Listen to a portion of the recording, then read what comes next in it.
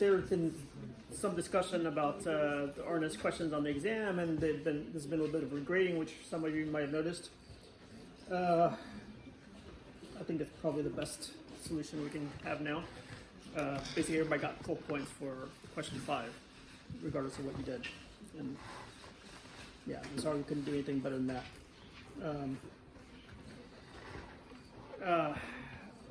The scores I thought were actually pretty good because the exam's harder than last year. One remarkable thing was that of the top, there were the 5 highest scores.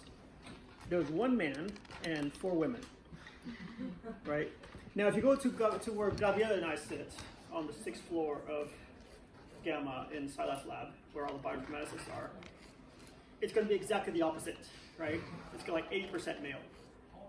And so I don't know what's happening, but you know, maybe that'll change a little bit faster now. I mean, I do notice that it's getting better because I run the graduate school in bioinformatics, and every year we accept more and more women. I mean, not that we don't just change the we don't just change, we definitely do not change the bar, but we get more applicants and more qualified applicants, and so just as a consequence, it's been getting better and better.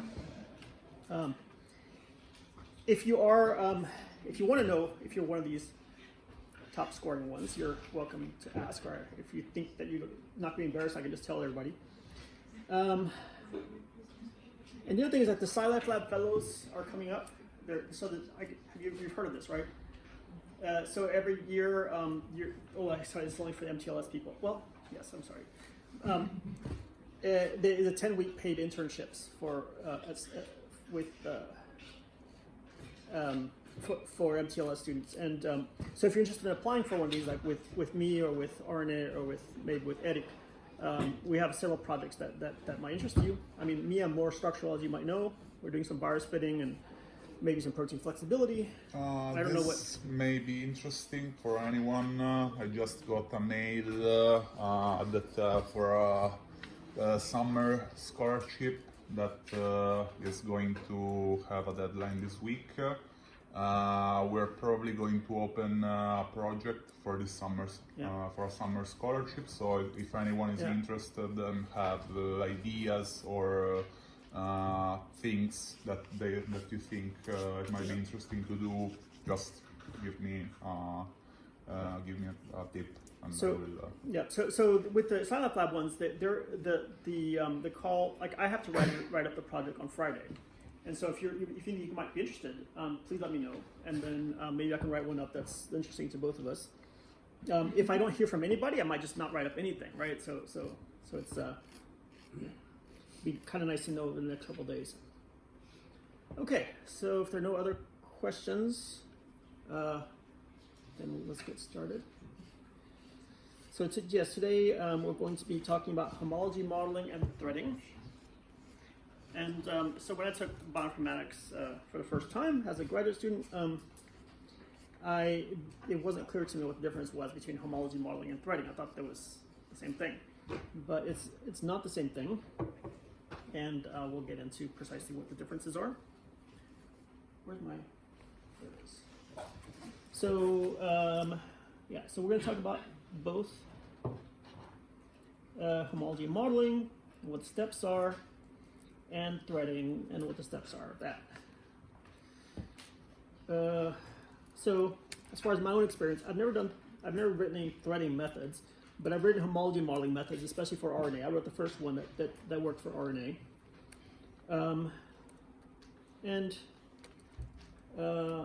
I've also done a little bit of this MD, but I'm not a specialist, just a user, and then some general modeling. But we're not going to talk about either of these topics today.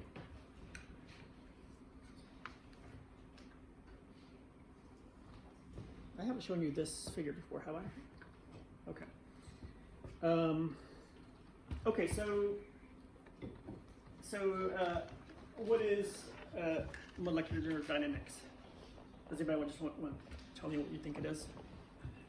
Most of you know, I think. Right? Don't tell us. You know. Sorry? You know what molecular dynamics is? You want to tell us? Or no? looking at how molecules move. Yes, pretty much. I mean, so basically, typically this is an entire protein or entire RNA or complex thereof, maybe in explicit water, meaning all the water is modeled as atoms of oxygen, hydrogen, and each nuclear coordinate gets 3 degrees of freedom, and they're all interacting in a physical force field. Physical meaning that you see electrostatics, you see van der Waals, and you see some repulsive interactions that are getting rolled up into one big potential. And then you also see bonded interactions. So things like stretching between bonded atoms, angle bending between 3 atoms, torsions. All of it modeled on a classical basis, so no quantum mechanics. And we'll go a little bit into what that means. But what you should appreciate is that this is a lot of degrees of freedom. So 3 degrees of freedom, X, Y, and Z for each atom in your system. And in terms of the compute time, well, depending on the size of your system, you might have the horsepower to calculate nanoseconds, or maybe up to milliseconds, right? But there's absolutely no way that you're ever going to exhaustively explore all the possible conformations of your protein. If your protein has any reasonable size at all. So it's limited by the lack of quantum mechanics and by the cost and by the fact that we can never explore all the conformations. And plus, yeah, well, yeah, by the fact that it's not quantum mechanical means that we don't actually know if the global minimum of our in this force field that we're using actually corresponds to the correctly folded state. And so, in a good case, you get something like this. Each of these dots is one conformation that was generated over some period of time, and the root mean square deviation is the comparison of that structure with respect to the experimentally observed structure, like crystallographically observed, for instance.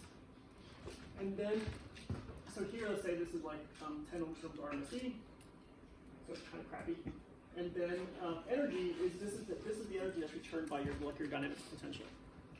So you add up all the electrostatics and van der Waals and so on, and it gives you this energy, right? And the idea is that your lowest energy configuration in your MD system should correspond to the correctly folded structure. And so you would like to have this case where the lower you go in energy, the lower you go in RMSE, and then the very lowest conform right here is actually pretty close to the correctly folded structure, right? So here it looks like we've got like, a little bit over 1 angstrom RMSE. And it's still not ideal. Actually, if you start with the crystal, remember all of this is not knowing the structure. We never tell the MD what the correct structure is. Here is the opposite case where you start from the correct structure and see how far it deviates from that. And it's comforting to see that if you start out with exactly the right structure, it stays pretty close to that. It doesn't go very far. So it's mostly, in this case, it's mostly a matter of sampling for enough time and you'll get the right answer. Here we have a very different situation where you sampled a bunch of conformations and you're looking for the lowest energy structure, and let's say you cut off here. It's basically looks to me like a random distribution, right? The lowest energy structures are not more likely to be closer to the experimentally observed structure, right? In fact, the lowest energy structure is way out here. It's one of the worst. This is unfortunately a little bit more like the more likely scenario with MD. And then here again, if you start from the right structure, then you stay in the area of that correct structure.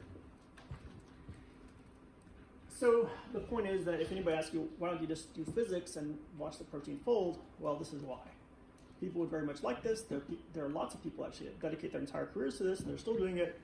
And eventually they'll probably solve it. But as of now, the state of the art is such that it's not practical in the most general case.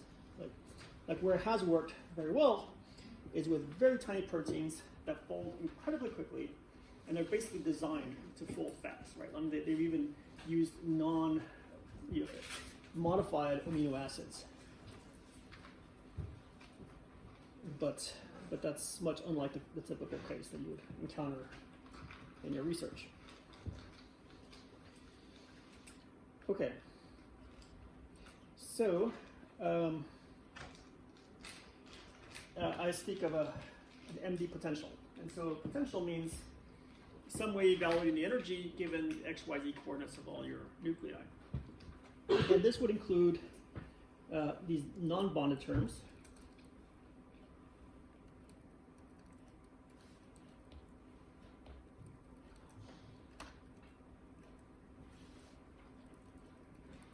Oops. Right, and that's basically Coulomb, so just the electrostatic interaction. And your van der Waals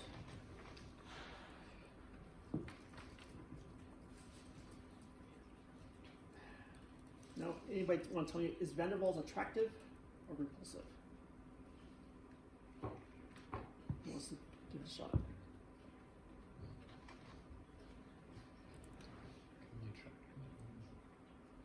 You say it can be attractive. Yeah. Anybody want to be more definite? Can it ever be repulsive?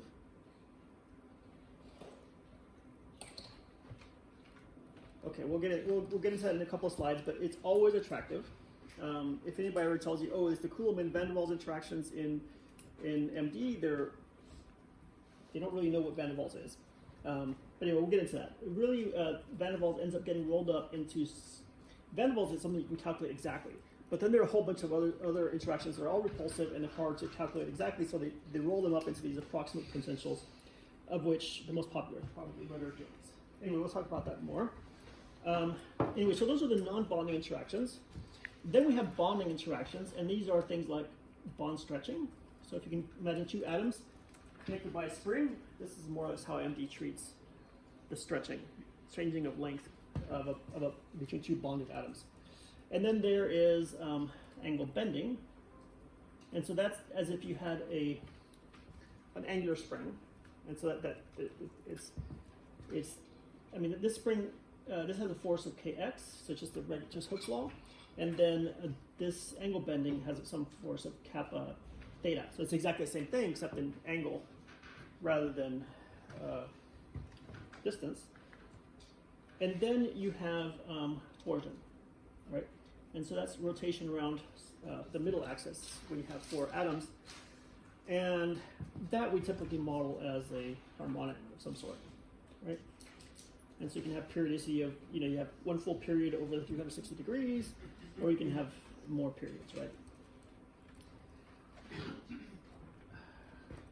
And then we have these pseudo energy functions, and these are intended to do things like recapitulate the effect of solvent in the case that you can't afford to or don't want to model all the solvent atoms, right? So it's usually done for speed, but actually I would argue that sometimes it gives you better accuracy.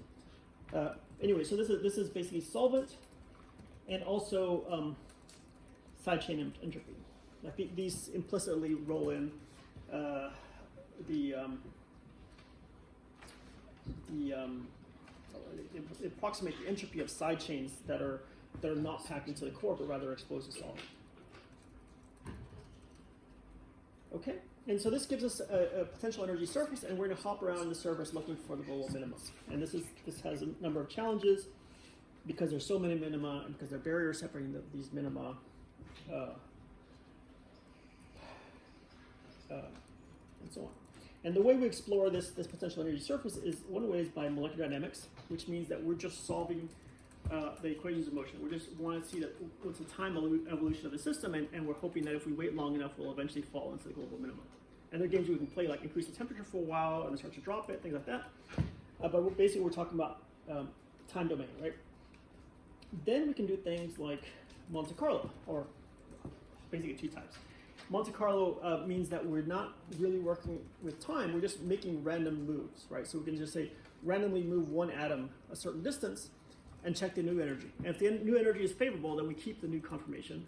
And if it's unfavorable, then we have some probability to still keep it, because remember, we have to get over barriers. Anyway, so Monte Carlo is just random search as opposed to being driven by sort of the gradient of the energy.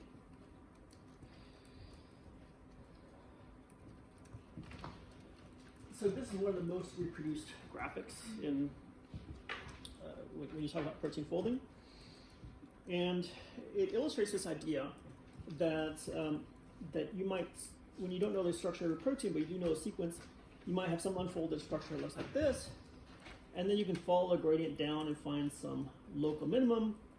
Then you have to hop over and see neighboring minima, and then you evaluate them to see which one you like better, whether it was the one you started in or the new one. And then the idea is that eventually you hop through enough minima to where you find the global minimum.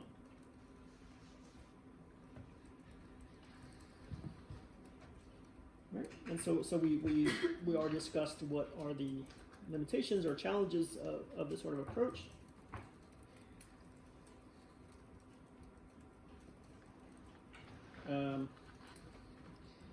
And so because these are such expensive calculations, because the potential energy surface is so rough, and because we're not even sure that the global minimum of our potential corresponds to the folded structure. For all these reasons, we've started to do a long time ago. Started doing other things to try to find the correct structure given sequence.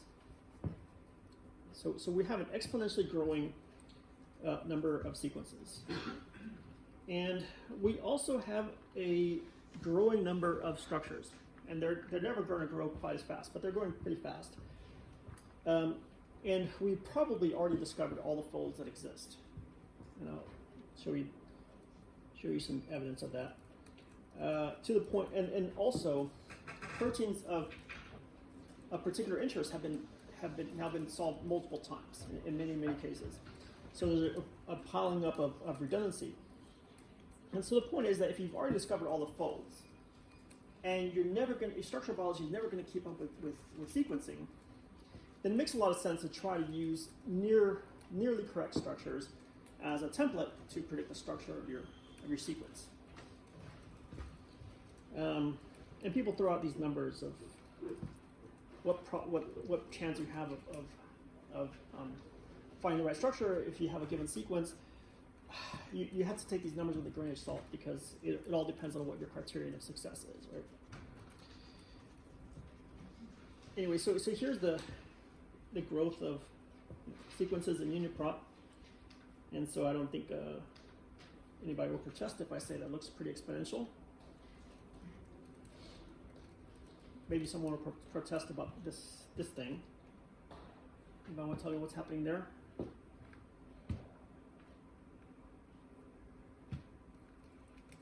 Number of sequences, something dropped from one day to the next. Maybe the formula was redundant. Exactly. It was just a redundancy reduction step that they took. And so this is the protein data bank. The blue dots are the number of structures that were deposited that year. As you can see, every year we get more and more structure, right? And so it seems to be more or less linearly increasing. And I can't tell you if there's any particular reason why it should be linear. I mean, obviously, you expect that techniques are getting better. There are new technologies coming online, like cryo-EM. And as we get more coverage, maybe we start to recrystallize things that we've already crystallized before, and so we can just read the paper and we know how they did it, so it should be much easier. But anyway, the point is that it's linear, right? And so what's the integral of x? Integral of x is what?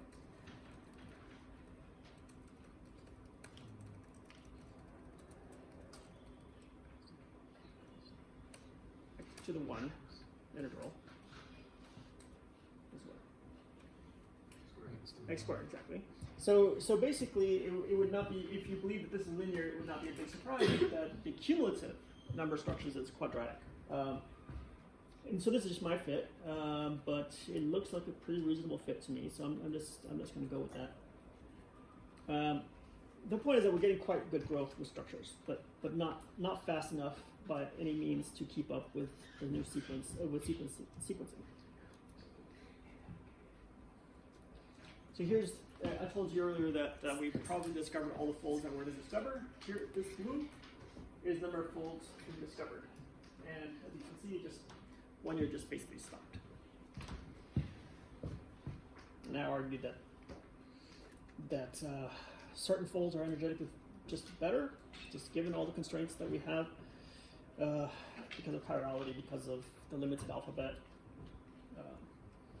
the backbone being repeated, and so on.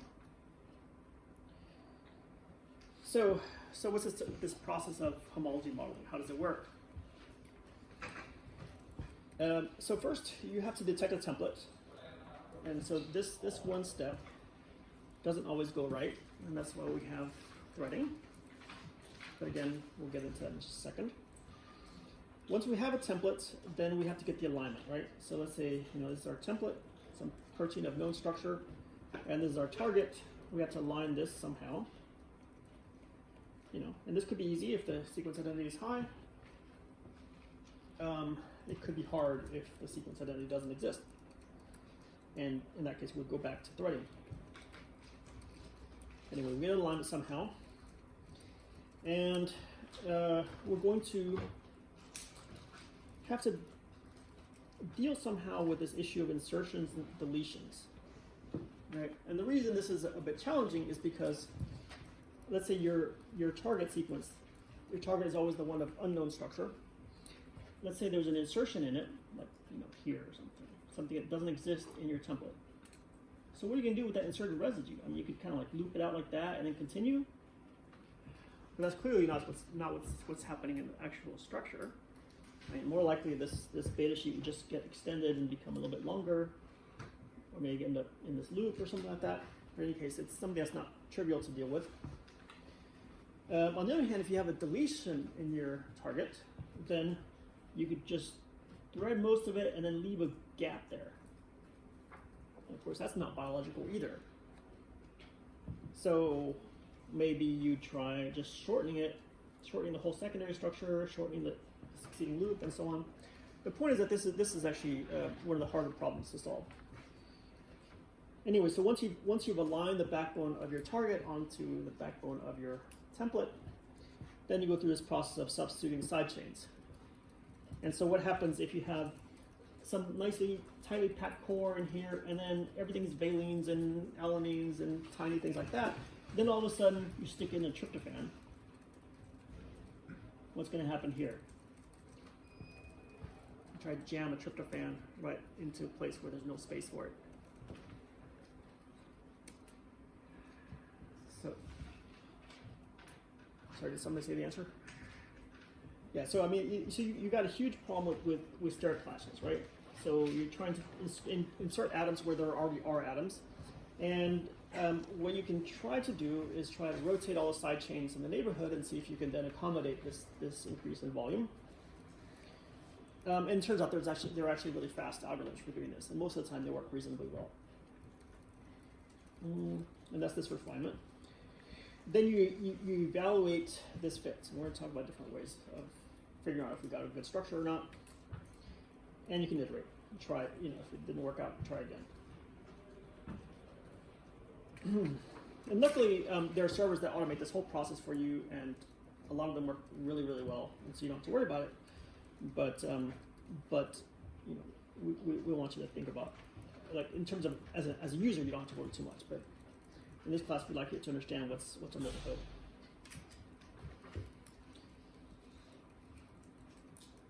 Did I show you this plot already? No, okay. So this would have been a great plot to get back in the day, right, 1980s. So basically what Chotia and Les did was they took 32 pairs of proteins that were homologs and took a sequence of one, and homology modeled it using the other as a template, right? And then they calculated the sequence identity and the root mean square deviation, and voila, they found this sort of behavior, and then they sort of declare that there's something here called something like a twilight zone. And what this means is that below a certain sequence identity, your RMSD starts to shoot up, and you basically will have a hard time. You're going to have a hard time using this as a template because you have no idea if it's the right template or not. No idea. You have to do a lot more. Naively, you wouldn't be able to know much. And then we'll argue that also this exact place of this boundary actually depends a lot on sequence identity. Because if you have a very long sequence with very low sequence identity, you might still be able to prove that it has very high statistical significance, that it is related. On the other hand, if it's short, if it's like just some tiny protein, then even if you have very solid sequence identity, or it looks solid, it might not be very significant because again, it's so short that the p-value ends up not being so low.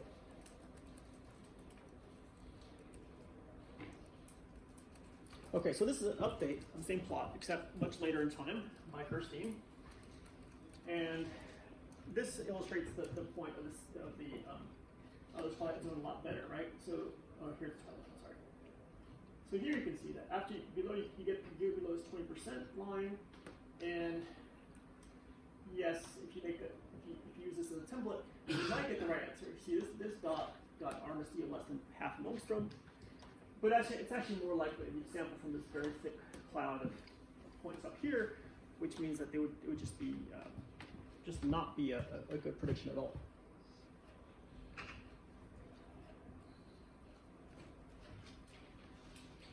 Okay, so what do you do? Let's say you're here in twilight zone. You don't know if there is a template anywhere in the PDB for your protein. Like there's nothing in the PDB that has reasonable sequence identity to your protein. So that's when we go and do this thing called threading.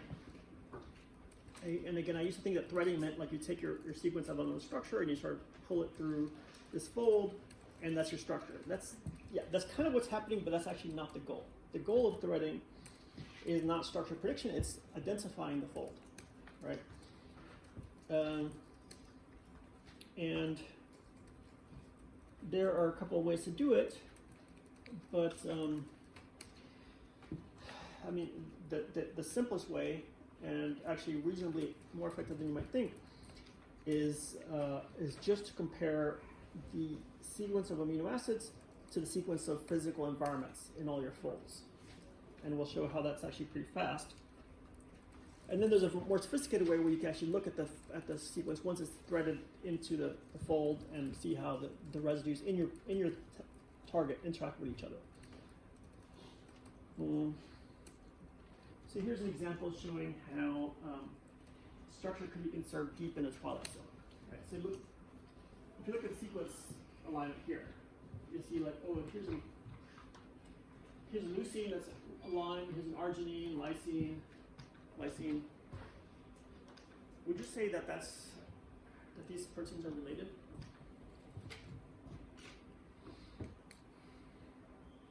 What do you think? Back? Sorry? Probably not. Probably not, right? I mean, this looks almost like what you would get just randomly, right? Choosing random residues. Because the other thing is like they even inserted some insertions here, so yeah, you get a few of these lined up. So we have no idea, right? But it turns out that if you look at these, they're actually not that bad, right? Oops. You can see, for example, here's this beta sheet, and you can kind of compare it to this beta sheet, and then there's this other one that comes in here, which kind of looks like this one. And so if you look at it carefully, you say, well, you know, actually there is quite a bit of structural similarity. These are basically the same fold, even though you have to kind of squint your eyes and look at it kind of closely to see the similarities. But you could use it as a template, and you might actually get something useful out of it. And so that's what threading is about, is detecting that this template is the fold that your sequence will fold into. And you can do this by dynamic programming. The problem with dynamic programming is that there's a sub-problem approximation. So that means that if there's any topological rearrangements, like they say, each of those pieces were like this, and then they flipped positions, then you might not be able to do it. And it uses different matrices where instead of 20 by 20, where there's amino acids here and amino acids there, it's going to be 20 by some other number where it's amino acids versus physical environments. And it's going to be asymmetric because there's not the same number of environments as there are of amino acids in the general case. And then there's in a few slides we'll talk about how we can think about finding pairwise interactions between our template residues. But first, we're just kind of in this 1D world. And so the first method to do this was this Bowie's method, 3D 1D profile method. So what Bowie postulated was that there are that the environments can be kind of grouped into classes as a function of how buried your residue is and how polar its environment is, right? And so if you are very polar and not buried at all, so let's say you're, I don't know, glutamate on some surface loop, then your environment would be called E. Maybe that means exposed, just my guess. On the other hand, let's say you're very buried and you're very nonpolar. Like maybe tryptophan in the core, surrounded by, actually it's more about what's surrounding you. So it's let's say you're tryptophan surrounded by valine and isoleucines. Then maybe you'd be more around here. Actually, tryptophan ends up being a little bit surprising. But anyway, this is sort of the idea. And so what you can do is for every template, like basically every protein at P2B, you can turn your amino acid sequence, or you can turn your sequence into a sequence of environments, right? And so you can say, okay, here we've got something that kind of looks like E, and I've got something here that's polar, but kind of a little bit more buried, so I'm going to call that P2. And then here's some more E's, and then over here I've got something that's really buried, very hydrophobic, so I'm going to call that B1. And so you can express this protein sequence as a sequence of environments, right?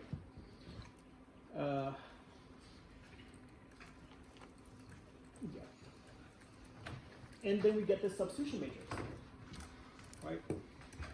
And so this is basically the propensities for different residue types to be found in different environments, right?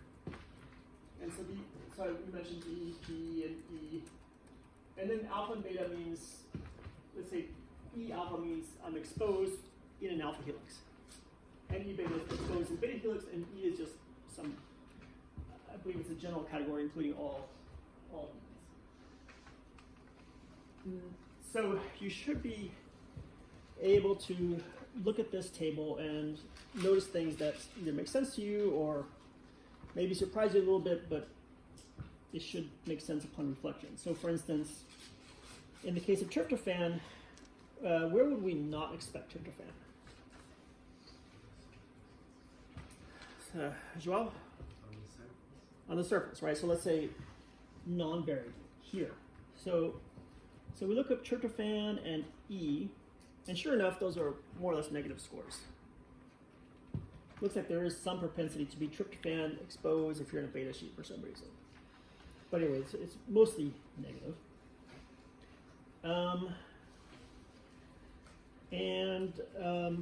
Here's, I think this one was a little bit surprising to me. So arginine, where would you expect to find arginine? Which one of these environment classes do you think would fit it best?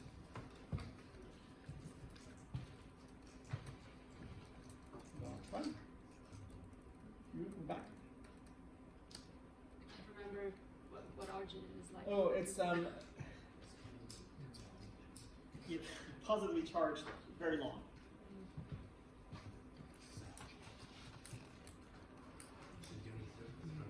Yeah, I would have expected it to be on the surface.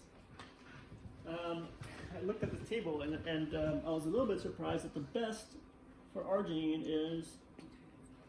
Sorry, somebody said it. B3 alpha. B3, you said? Yeah. B3 alpha. So 0.96. Yep. So alpha helical and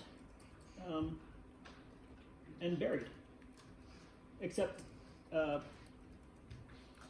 more polar, right? So buried and polar.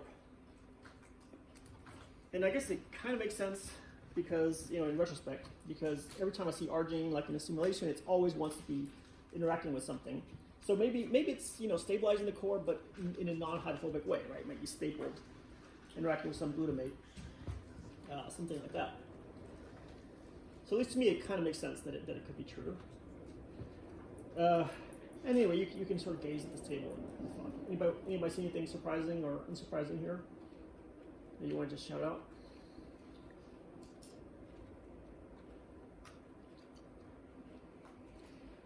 Okay, and then you're going to recognize these log odds, or actually this is for generating the table.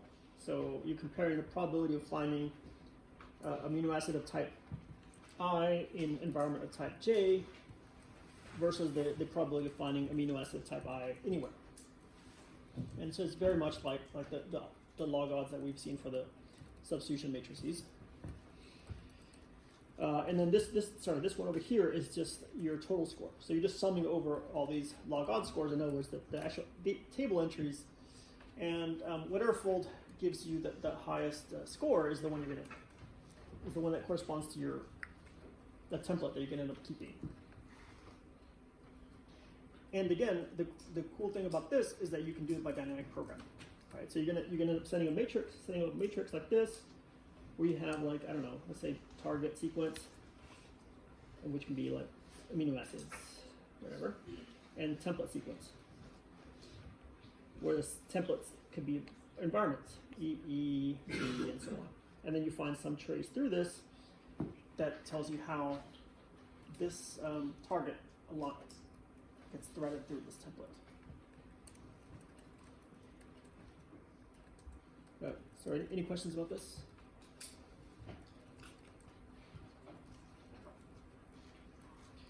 Okay, and so this actually performed reasonably well in this test where they took a structure of sperm whale myoglobin and then tested it with all the sequences they had, right?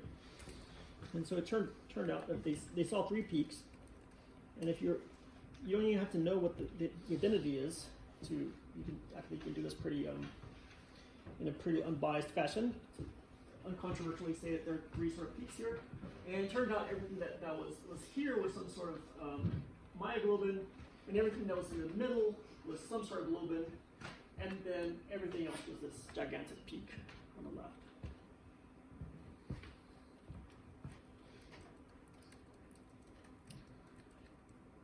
Okay. Any questions about that? So then people say, well, okay, that's all fine and well. We're working in 1D, it kind of works, but it would be ideal if you could take your sequence once it's already threaded into the fold, and see how compatible this sequence really is with that fold in terms of their pairwise interactions. And so what this program Loop does is they looked at the frequency of occurrence of pairs of amino acid types over distances, right? So what they're saying is this is on the left is let's see, valine leucine, and what they're saying is that they counted up the number of times valine and leucine are separated by, let's say, somewhere between 2 and 3 angstroms, and they said, oh well, we got this number, right? And this, it wasn't very frequent, right? Because this is a very short distance for valine leucine. On the other hand, if you're somewhere between 5 and 6 angstroms, then they found a lot of occasions. Like the frequency of this happening was very high. And so that seems to be kind of an ideal distance for these 2 residue types. And then as this distance gets greater, then you get to where it's no longer as frequent, and you can convert that back to higher energy. And likewise, you can do this for every other pair of amino acid types. And for instance, phenylalanine tryptophan has an equilibrium point that's more to the right, like greater distance. Does that make sense to you that phenylalanine tryptophan would prefer longer distance compared to valine leucine? Yeah, I mean these are bigger side chains, so they need a bigger distance. And we're not going to get into linear programming, but it's just some way to yes. Is it about residues which are bound to each other, or is it just taking two amino acids? These are unbound. I think they explicitly exclude residues that are adjacent in sequence. So these are so it'd be something like this, like you had your template, and then you threaded your target into that. And then let's say you had a valine here and a leucine here, then you would measure this distance, and then you would look up where it sits on this plot, and that would give you an energy. And you would keep doing that over all pairwise interactions in your threaded target. Right. So every pair of residues, so n squared physical or pseudo-physical interactions, would be summed to give you this sort of energy. But yeah, it would be summed without including sequence neighbors. Any other questions?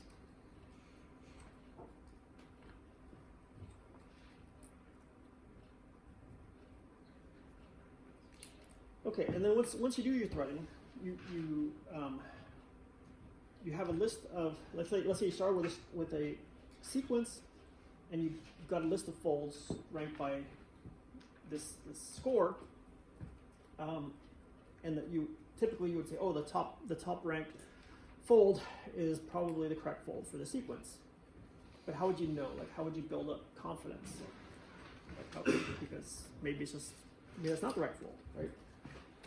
And so there are a couple tests that have been devised for this, and one is to take your sequence, whatever it may be, let's say R, K, L, S, T, something, and just randomly shuffle it. So you have the same residues, but now they're in a different order, right? So S, T, W, L, whatever. And then you try it for a whole bunch of randomized sequences. You do the same threading to that fold, let's say your top ranked fold.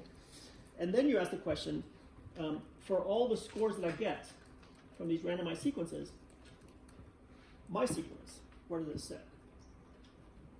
If it sits way to the right, in other words, if one of the highest scoring sequences is your sequence, your original sequence, then you say, okay, that's pretty significant. I think that might be the right fold. On the other hand, if your sequence sits somewhere in the middle,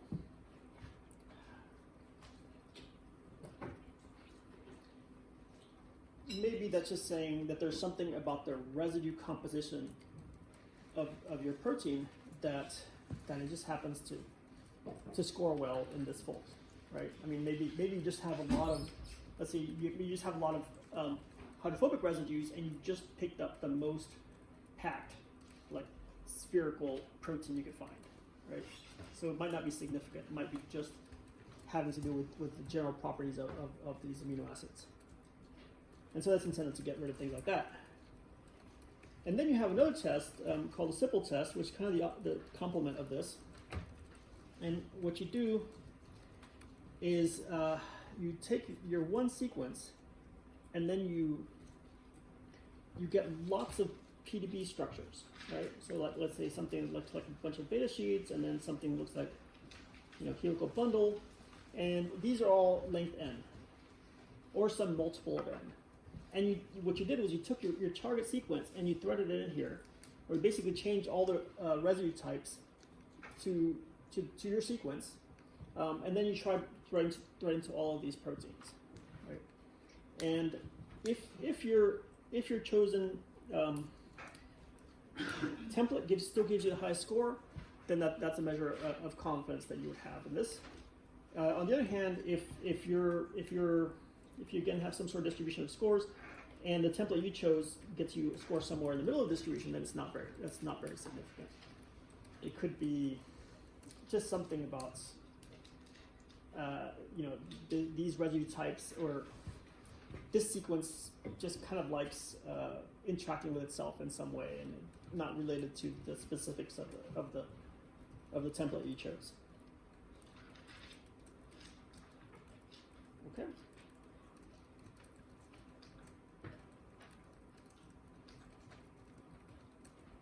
Any questions about this one?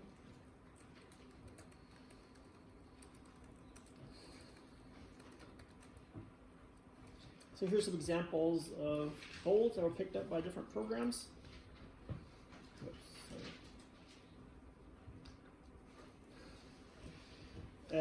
and so as you can see, you went into 6 different programs with the same sequence, and they picked up 6 different results, but they're actually fairly similar folds. So maybe not bad.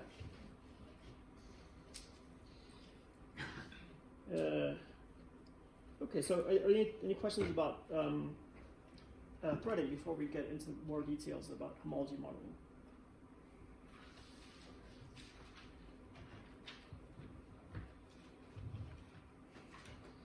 So yeah, now we're going to get more into the mechanics of what homology modeling is and how we do it, how it's implemented.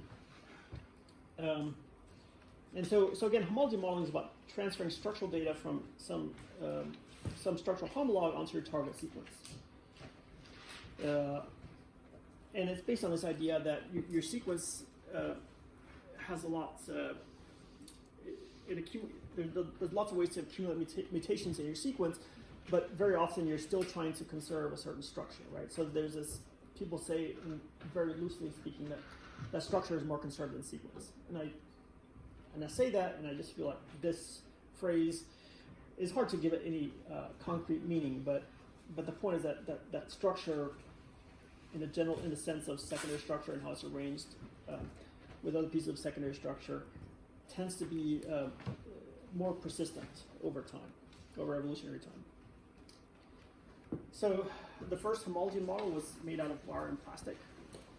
So these guys had the structure of chicken egg white lysozyme, and they noted that the sequence of alpha-lactalbumin was quite similar, and they said, well, okay, then maybe it folds into the same fold. And so they took a model like this, and they just went one by one and changed all these amino acid side chains to the ones in alpha-lactalbumin. And they found a few comforting things, like, for instance, the disulfide bridges were in the right place, and things where they thought the catalysis was happening, they had what looked like the right residues to make that catalysis happen. And so it was considered a success. And of course, later on, when it was crystallized, it sure enough, it looked kind of like this. And again, so the way we go through homology modeling is, first, of course, we identify our template, and we obtain our alignment in some way between template and target. And the first thing most programs will do is model the core. And the reason we do that, the core first, is firstly because it's harder. Everything in the core is very packed. Things on the surface have lots of conformational freedom, so there's no big challenge of generating a model in some sense that gets you the right endpoints.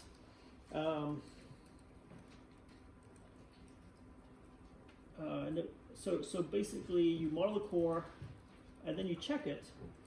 And if you see things that you don't like for example, disulfide bridges not lining up, or maybe lots of polar things in the hydrophobic core, things like that, then you could realign and try again. Then once you're satisfied with the core, that's when you start modeling the loops. And again, I'll show you a few techniques for doing that.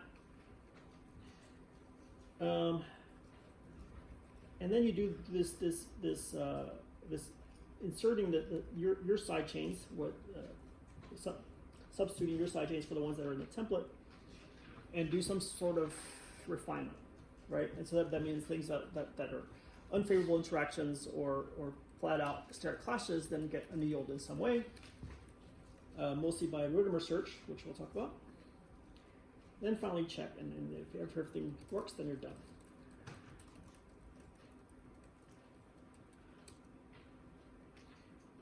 And so your probability of success turns out to be very much related to sequence identity, just as that chart from Chothi and Lesk would have suggested. Right, so if you have very low sequence identity, here's your sort of performance you can expect from a homology model, whereas if you have high sequence identity, you can get very good results.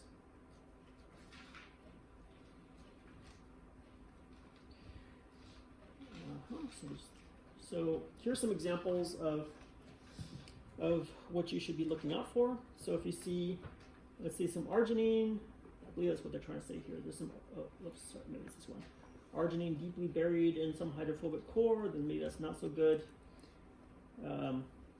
If you have, let's say, a gap in the middle of an alpha helix, something like that where it just breaks up your secondary structure, it's also not good.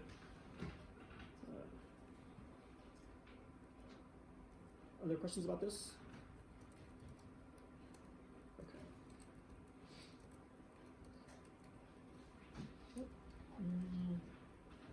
Okay. Okay.